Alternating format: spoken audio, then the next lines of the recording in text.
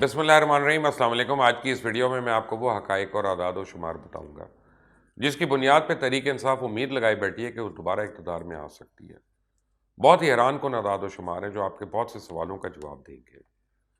دوسرا، پاکستان میں ایسے حالات پیدا ہو گئے ہیں کہ سیاسی جماعتیں اور کئی سیاسی تجزیہ نگار پاکستان کی تمام بیماریوں کا حل صرف نئے الیکشنز بتا رہے ہیں۔ کیا اس میں بھی کوئی حقیقت ہے کہ نہیں؟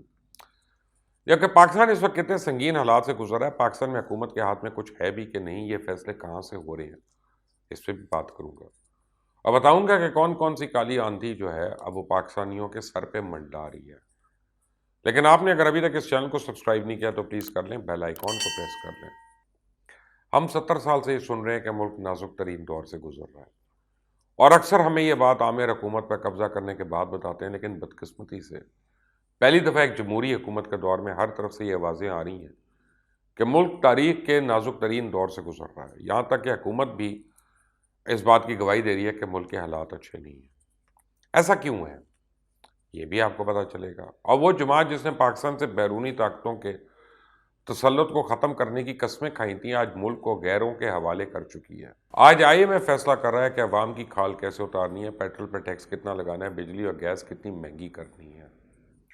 یہ IMF ہے جو فیصلہ کر رہی ہے کہ اسٹیٹ بینک کا گورنر کس کو لگانا ہے، اسٹیٹ بینک کو کیسے خود مختار بنانا ہے، حکومت اپنے ہی اسٹیٹ بینک سے قرضہ لے سکتی ہے یا نہیں، وزیر خزانہ سے لے کر سیکرٹری خزانہ تک کس نے کیا کرنا ہے، سارے فیصلے کہاں سے آ رہے ہیں، یہ تو آپ بخوبی جانتے ہیں۔ یہاں تک کہ حکومت کو منی بجٹ کی ٹاسک تک باہر سے آئی IMF ہی دے رہی ہے۔ اس ملک کی بدنصیبی دیکھیں کہ اب IMF یہ فیصلہ کرے گی کہ آڈیٹر جنرل کی کورونا سے متعلق رپورٹ کب منظر عام پہ لانی ہے۔ تجارتی خسارہ آسمان سے باتیں کر رہا ہے، قرض کے لیے ذلت آمیز شرطیں سعودی عربیہ جیسا ملک رکھ رہا ہے، لیکن ہم آنکھیں بند کر کے ہر چیز مان رہے ہیں۔ کیوں؟ کیونکہ اس حکومت کے پاس کوئی حکمت عملی نہیں ہے، نہ آمدن بڑھانے کی، نہ کوئی اور منصوبہ شروع کرنے کی، نہ روزگار دینے کی، نہ مہنگائی روکنے کی۔ پورا ملک خیرات پہ صدقات پہ چل رہا ہے۔ اب پرائم منسٹر سمجھتے ہیں کہ احساس راشن پروگرام کے تحت 1000 فی گھر سبسڈی دے کے قوم کے مسائل ختم ہو جائیں گے۔ جبکہ کرپشن ختم کرنے کی بات آتی ہے تو کہہ دیا جاتا ہے کہ بیوروکریسی کرپشن کے معاملات کو سنجیدہ نہیں لے رہی، فائلیں دبا دیتی ہے، نیب کو کیس بھیجیں تو وہ بھی ادھر ادھر ہو جاتے ہیں۔ بات یہ ہے کہ ہر مسئلے کی کوئی نہ کوئی وجہ ہے، تو حکومت کس مرض کی دوا ہے؟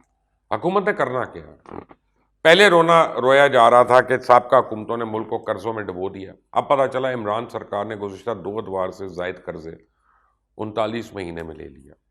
وہ قرضہ جو 30,000 ارب تھا وہ 50,000 ارب پہ پہنچ گیا، اور ایک پاکستانی پر 1,15,000 سے بڑھ کے 2,35,000 قرض چڑھ چکا ہے۔ کاروباری ہلکے پریشانی کا شکار ہے کہ کریں تو کیا کریں، اپنا سرمایہ بچائیں یا کاروبار کریں۔ سٹاک مارکیٹ ایسے گرتی ہے جیسے قیامت آنے والی ہے، اور prime minister public accounts committee کو فرماتے ہیں کہ گزشتہ ادوار کی کرپشن کو سامنے لائیں۔ مہنگائی کی شرح تقریباً 12% ہو چکی ہے، جو اکتوبر میں 9% تھی۔ ٹیکس نے عوام کی مت مار دی ہے۔ اس وقت جو چیز سب سے زیادہ چل رہی ہے وہ عوام کی جیب سے پیسہ نکلوانے کا کام ہے۔ حکومت نے ٹیکس ہدف 408 ارب روپے رکھا تھا، جو کہ 470 ارب جمع ہو گیا۔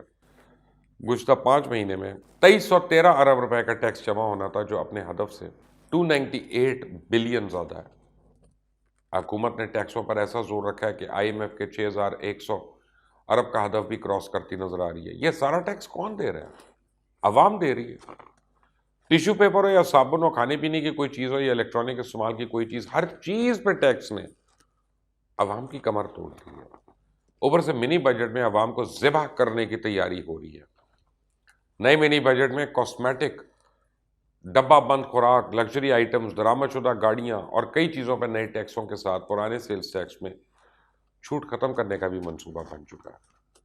اس حوالے سے شہباز شریف کا کہنا ہے کہ حکومت گلا پھاڑ کے کہتی تھی کوئی منی بجٹ نہیں آئے گا، یہ ایک اور یو ٹرن ہے، اور یہ معاشی تباہی ثابت ہوگا۔ مہنگائی کا سیاہ طوفان آئے گا اور قومی معیشت کے تابوت میں آخری کیل ثابت ہوگا۔ ہر روز ملک کے کسی نہ کسی کونے سے خودکشی کی خبر آ رہی ہے، اور اس کی وجہ صرف اور صرف بے روزگاری اور مہنگائی ہے۔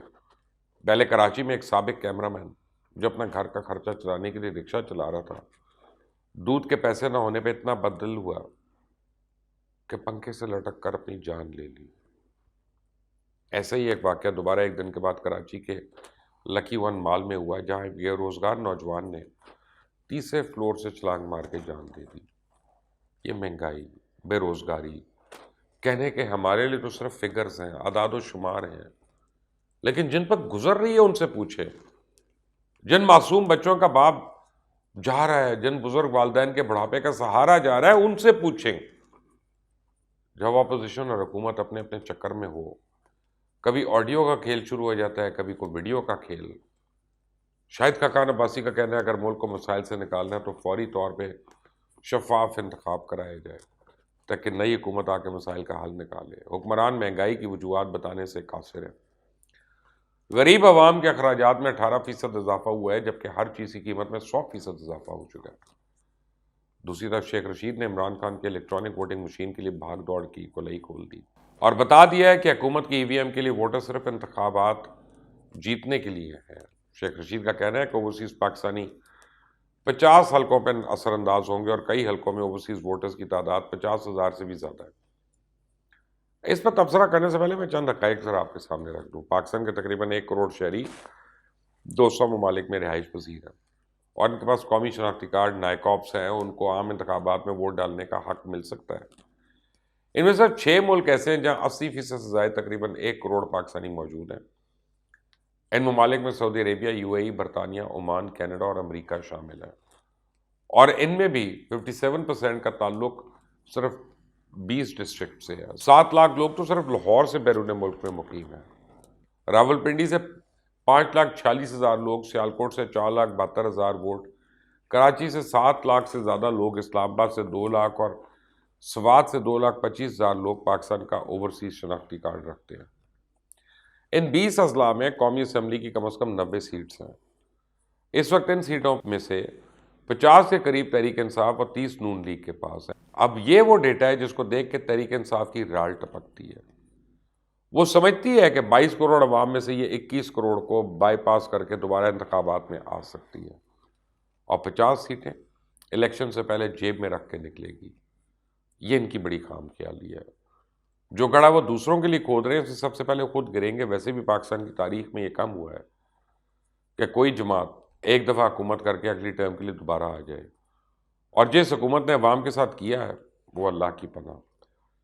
میرا تو اوورسیز پاکستانی سے ایک مشورہ ہے کہ اپنے اور اپنے پاکستان میں موجود عزیز و قارب سے فون کر کے ایک دفعہ مشورہ ضرور کر لیں کہ پاکستان کے لیے بہتر کون ہے، کیونکہ ان کے 1 کروڑ اوورسیز پاکستانیوں میں سے کتنے ایسے ہیں جنہوں نے اپنے بچے پاکستان میں پڑھائی، کتنوں نے کس کمر توڑ مہنگائی کا سامنا کیا، کتنوں نے پاکستان کے سرکاری اسپتالوں میں اپنا علاج کرایا، جبکہ تحریک انصاف مسائل حل کرنے کی بجائے چور دروازے ڈھونڈ رہی ہے اور شیخ چلی والے منصوبے بن رہے ہیں جو شاید کبھی پورے نہ ہوں۔